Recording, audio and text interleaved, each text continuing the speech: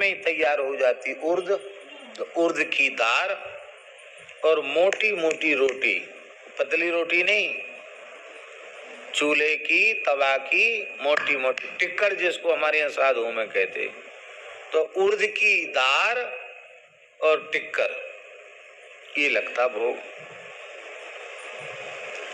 घी की शुद्धि तो करते ही, ठाकुर जी की सेवा है। हम आपको सत्य कह रहे हैं, हमने अब तक अपने जीवन में न ऐसी उर्द की दाल खाई, न ऐसे टिक्कर का स्वाद लिया। एक बार हमने महाराज जी से पूछा, महाराज जी और कहीं भी पाते हैं उर्द की दाल, कोई दुर्लभ चीज तो है नहीं, पर यहाँ ये पुजारी जी के हाथ में इतना स्वाद है, ये क्या चमत्कार है?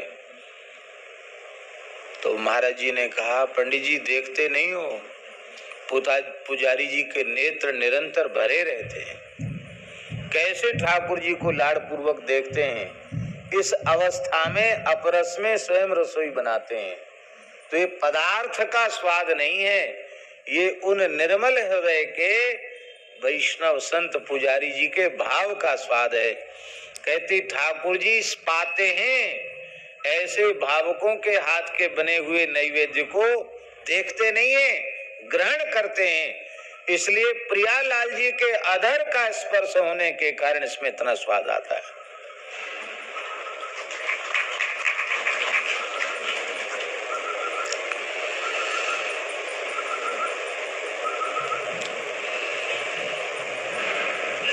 और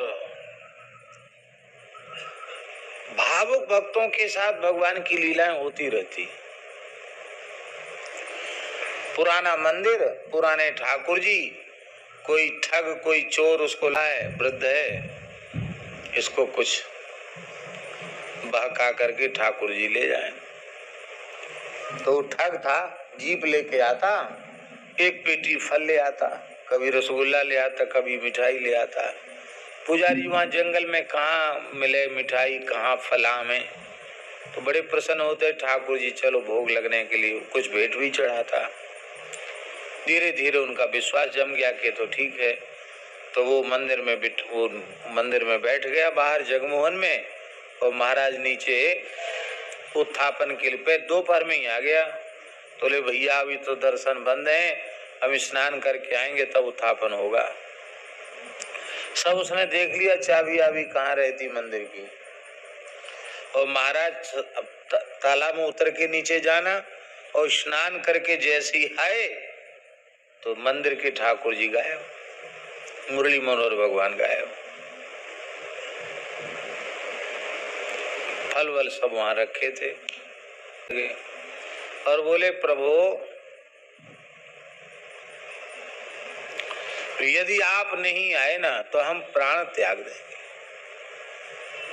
हमें कोई चोर बनावे, हमें पुलिस मारे पीटे, इससे हमें कोई भय नहीं है, लेकिन आपकी सेवा नहीं छूटनी चाहिए। हम आपके बिना जी नहीं सकते, रह नहीं सकते। तो महाराज जी सच्ची घटना सुना रहे हैं आपको। और पुलिस की वो जीप गई, ठग की जीप थी, उसी में ठाकुर जी थे, और वहां से पास में बमोरी गांव है, वहां ठीक थाने के सामने जाकर जीप खराब हो गई, इंजन बंद हो गया। पुलिस के थाने के सामने जाकर वो जीप का इंजन फेल हो गया, नई गाड़ी इंजन फेल। तो वो तो बदमाशों की शक्ति ही कितनी होती है, वो सब पसीना में तरबतर हो रहे थे, एकदम घबरा रहे थे।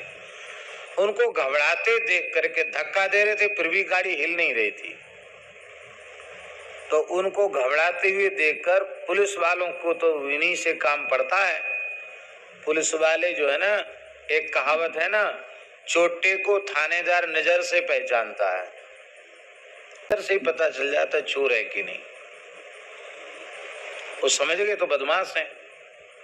तुरंत उन्होंने कहा भाई तलाशी लो। नहीं साहब इसमें कुछ नहीं है, गाड़ी बिगड़ी, कुछ नहीं, तलाशी लो। ठाकुर जी मिल गए।